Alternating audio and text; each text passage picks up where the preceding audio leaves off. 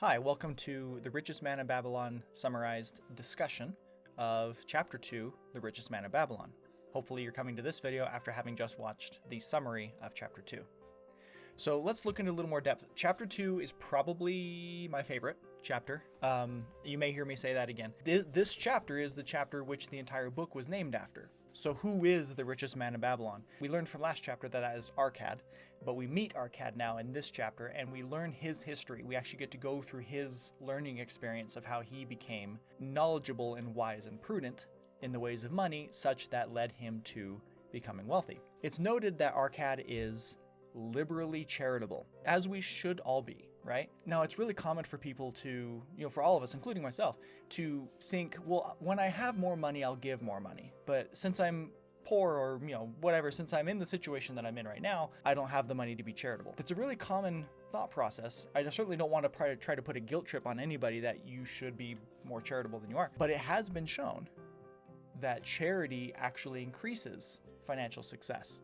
I know it seems like a dichotomy that giving away our money increases the amount of money that we make, but it does. And there's a lot of data out there that you can go into. You can look into that on your own. Or maybe I'll, if you're interested, I can produce another video about that. So here in the story, we have Bansir and Kabi, not by name, but Bansir, Kabi, and some others, right, have come to Arkad saying, bro, why are you so wealthy? How did this happen? Because you grew up in the same poor streets that we did. How did this happen? And that's why it says, here it says, yet once we were equal. I think the author wants us to understand here that Arkad is the richest man in Babylon not because of privilege that he was born into.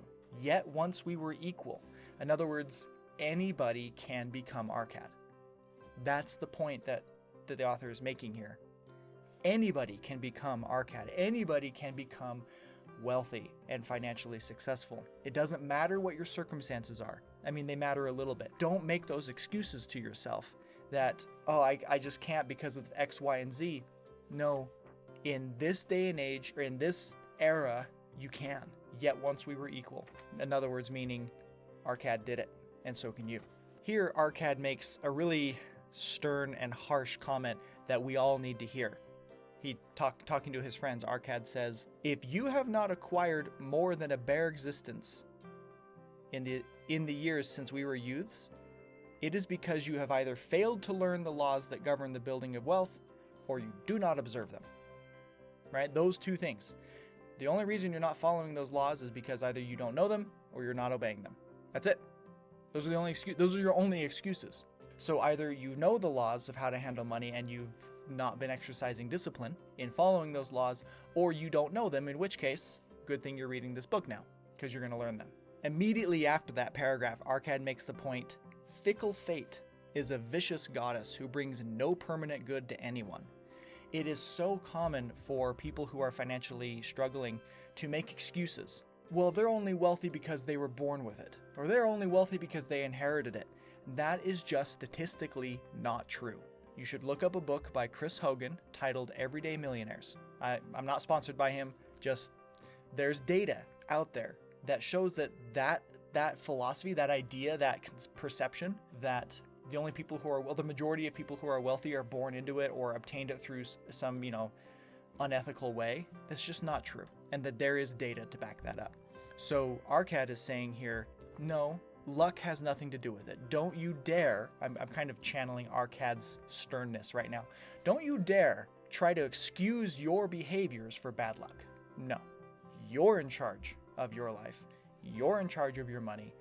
You only have two reasons why you're not doing well financially. It's either because you didn't know the laws or you didn't follow them. It's a harsh thing that Arkad is saying here, but it's true. The laws of wealth are laws. You need to follow them. So Arkad goes on and he kind of starts explaining how when he was young, he also wished he had more money. And he says one of my favorite lines from the whole book. In my youth, I looked about me and saw all the good things there were to bring happiness and contentment. And I realized that wealth increased the potency of all these.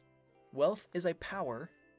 With wealth, many things are possible. Note here that Arkad makes it very clear that wealth is not happiness. He doesn't say that wealth is happiness. He says that wealth is a power by which the potency of the things that bring us happiness are increased.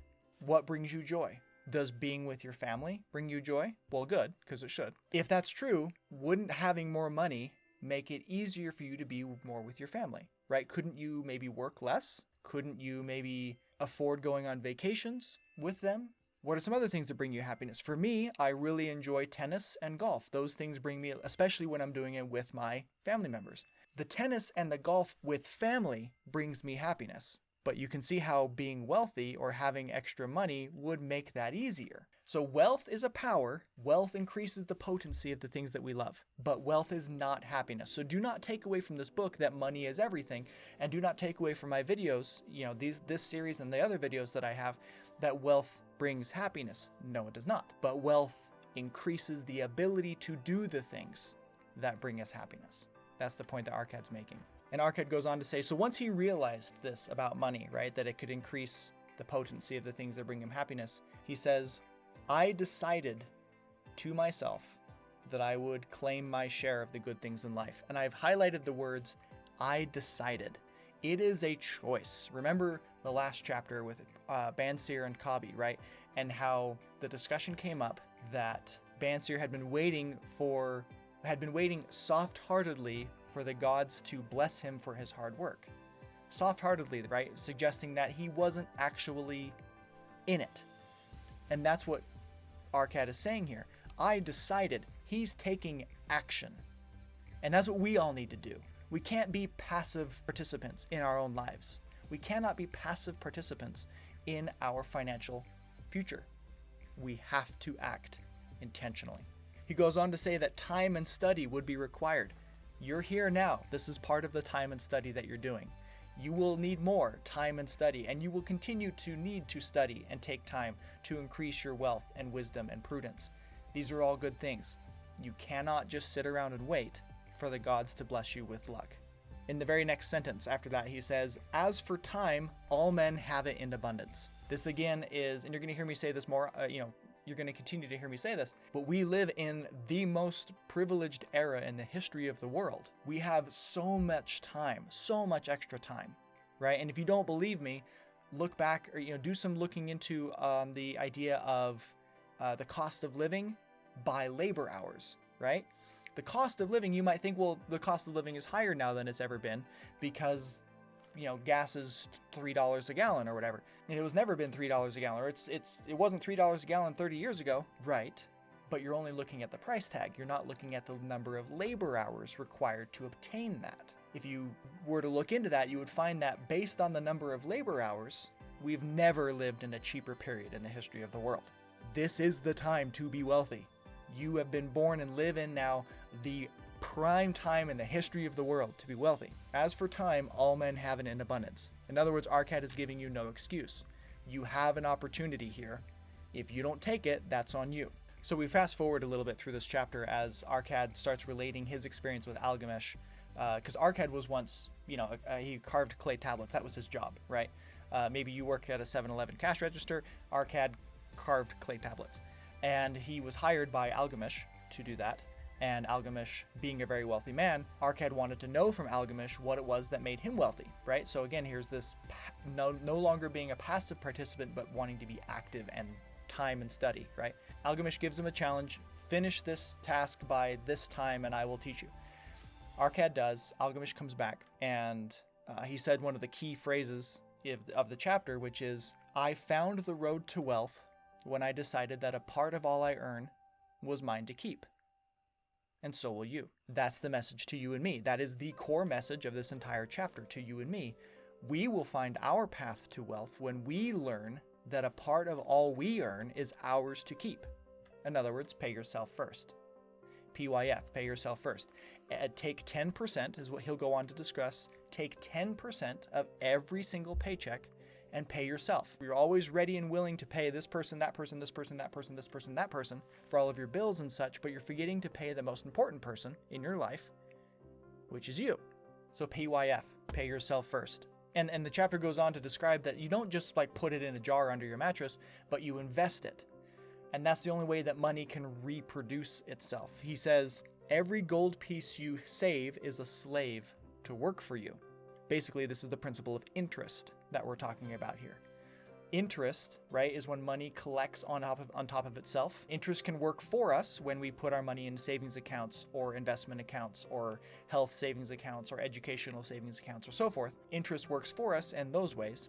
Interest works against us when we take out a mortgage loan, take out a car loan, get into credit card debt, student loan debt, so forth. Interest is when money compounds on top of itself, right? So he's saying with that PYF, invest it so that the money isn't just sitting under a blanket somewhere, but that it's growing. He then gives this analogy about wealth as though it were a tree.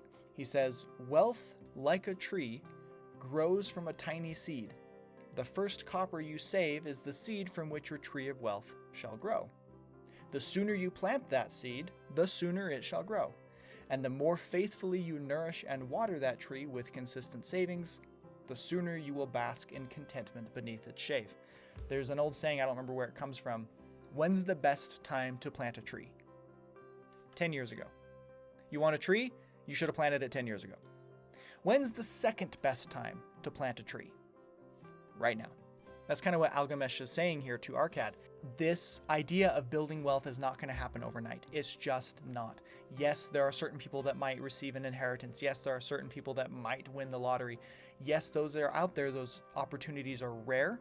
And generally, they are not the catalysts that produce individual wealth. Wealth is a tree, and you cannot force a tree to grow faster than the laws of nature.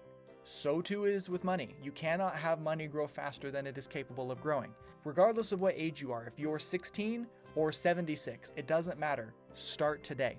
If you're in the older side of your life, and you should have started earlier, that's okay. So should I. We all should have started earlier. It's too late. It's past is past. But start today. That's kind of the core message, right, that Algamesh is telling Arkad here. Algamesh then goes on to telling Arkad, as some time has passed in the story here, that it's important to make sure that you're investing your money in sound and intelligent places, that you're not trusting a brickmaker to invest in jewelry. Brickmaker doesn't understand jewels. If you want to invest in jewels, talk to a jeweler. As you are deciding what to do with your PYF money, the money that you've saved and paid for yourself, make sure you're doing your time and your study and getting the proper education as to where that money should go. We'll talk a little bit more about that later on in these chapters. Later on in the story, Algamesh approaches Arkad again, and Algamesh asks Arkad, so you've been saving and you've been investing, that's great. What are you doing with the interest money that you're making? And Arkad says, oh, I host these fantastic parties and it's fantastic and we love them. And Algamesh rebukes him and he says, you do eat the children of your savings.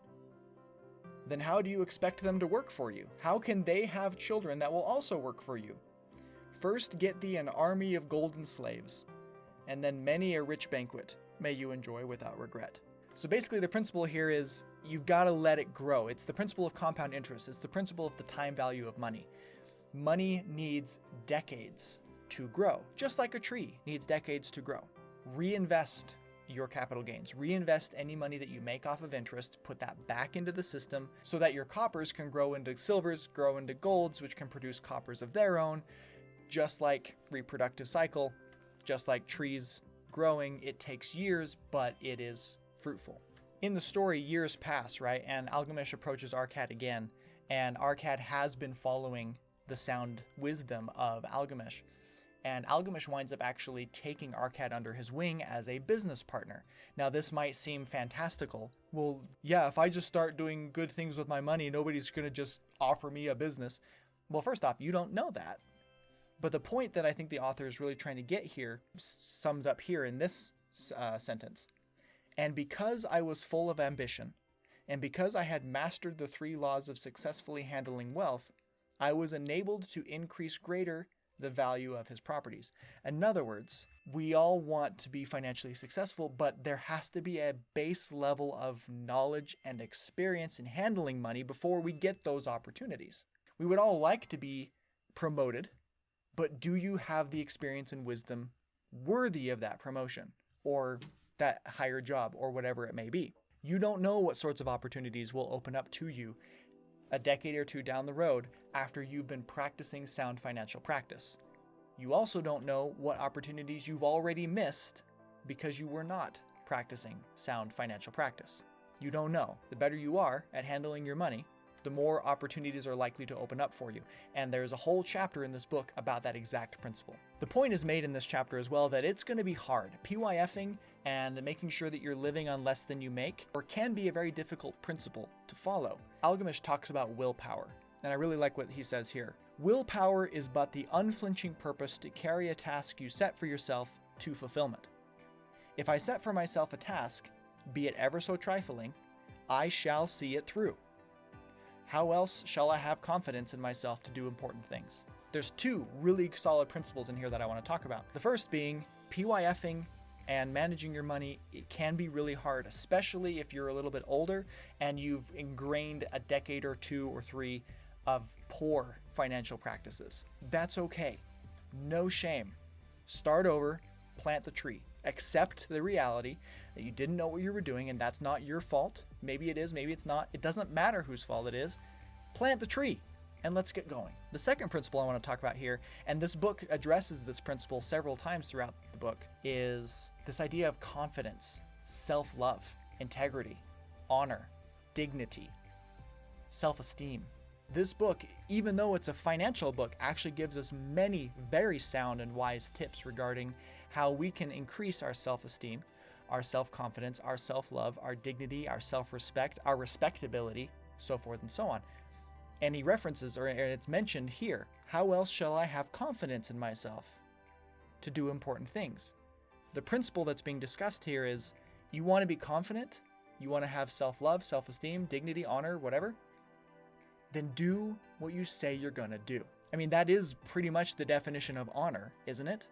To make a commitment and keep it. That's why it's called honoring an agreement. You want to be honorable, then you need to be good at keeping your commitments. So this idea, right? If you are going to PYF, if you're going to commit to this, then you have to do it. That's what it means to have will and to exercise willpower over your own desires. And by so doing that, you will gain increased confidence, self-assurance, and pride. At this point, one of the friends that Arcad is talking to presents this question. If what you tell is true, and it does seem, as you have said, reasonable, then being so simple, if all men did it, there would not be enough wealth to go around. I've heard this out in the real world before, this idea of, well, if everybody got out of debt, then our entire economy would collapse. Or if everybody did this, or, if everybody invested, then blah, blah, blah. And there have kind of been these really negative naysayers about this idea, these sound financial principles, that there's not enough wealth to go around. That's what these ideas are. And that's what the question is being asked here. And Arcad completely crushes that idea, and it is completely wrong. Listen to this. Wealth grows wherever men exert energy. If a rich man builds him a new palace, is the gold he pays out gone? No. The brickmaker has part of it, and the laborer has part of it, and the artist has part of it, and everyone who labors upon the house has part of it.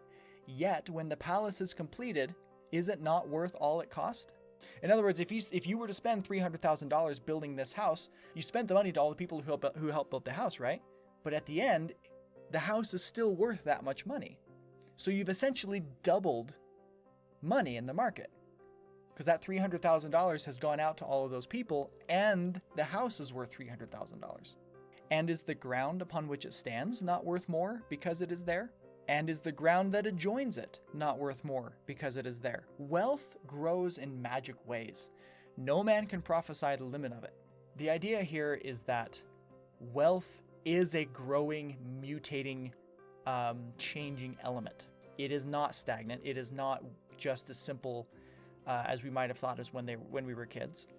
We just need to remember to take care of our own family and do what's best for us. And if everybody does what's best for themselves in these wise, financial, intelligent ways, then we all grow together.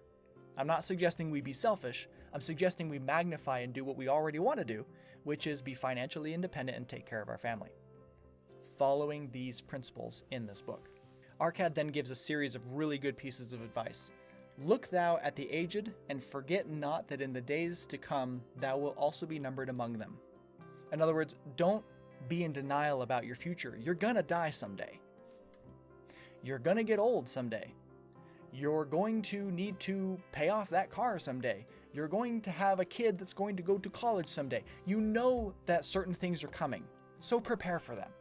Again, the best time to plant a tree was 10 years ago, second best time today. Provide also that thy family may not want should the gods call thee to their realms. This is talking about having a retirement fund in place, also some life insurance, right? Make sure your family's taken care of should you ever have to be called home. He says, counsel with wise men, seek the advice of men whose daily work is handling money. Again, the principle of seek counsel from those who know more than you. Enjoy life while you are here. Do not overstrain or try to save too much. In other words, hopefully this book gets you excited about changing your financial life, but understand that, again, you cannot force a tree to grow faster than it is naturally capable of doing. And so for you as well. Do not push yourself to the point of strain or exhaustion or damaging family relationships or anything like that. Still live life, still enjoy life. Just follow these rules in the meantime. So after Arcad completes his story to his friends, not everybody listens. His friends thanked him and went away. Some were silent because they had no imagination and could not understand. In other words, they just didn't comprehend the wisdom that was being shared with him. And some of you may not be. Some of you may be looking at this and being like, it's not that simple. It can't be. You don't know my situation. It's not that simple. It is that simple. You have to have the imagination. Some were sarcastic because they thought that one so rich should divide with old friends not so fortunate. This, plays pretty heavily on the idea of taking money from the wealthy and giving to those who do not. But some had in their eyes a new light. They realized that Algamish had come back each time to the room of the scribes because he was watching a man work his way out of darkness into light. When that man had found the light, a place awaited him. No one could fill that place until he had for himself worked out his own understanding, until he was ready for opportunity. Hopefully you are a part of the 1/3 who actually get it. This actually ties really, really well with the Marshmallow Study. I don't know if you're familiar with the Marshmallow Study, but really quick, right? There was a study done, it's been replicated many times, where they brought in a bunch of young children, 4, 5, 6-year-olds, and they gave them a marshmallow. And they said, you are welcome to eat this marshmallow if you want to, but if you don't eat it for 15 minutes, when I come back 15 minutes from now, if that marshmallow is still there, I will give you a second marshmallow. And then the scientist leaves, right? And so now this child has 15 minutes alone with this marshmallow. And obviously they're going to want to eat it because marshmallows are great. And the study showed that 2 out of 3 of the children surveyed, despite ethnic, socioeconomic backgrounds, 2 out of the 3 children in the room ate the marshmallow. 1 out of 3 did not. I think it's interesting that 1 out of 3 of the people who heard Arcad listened. The other 2/3 didn't. The purpose of the Marshmallow Study, by the way, is to show that success comes to the people who know how to delay gratification.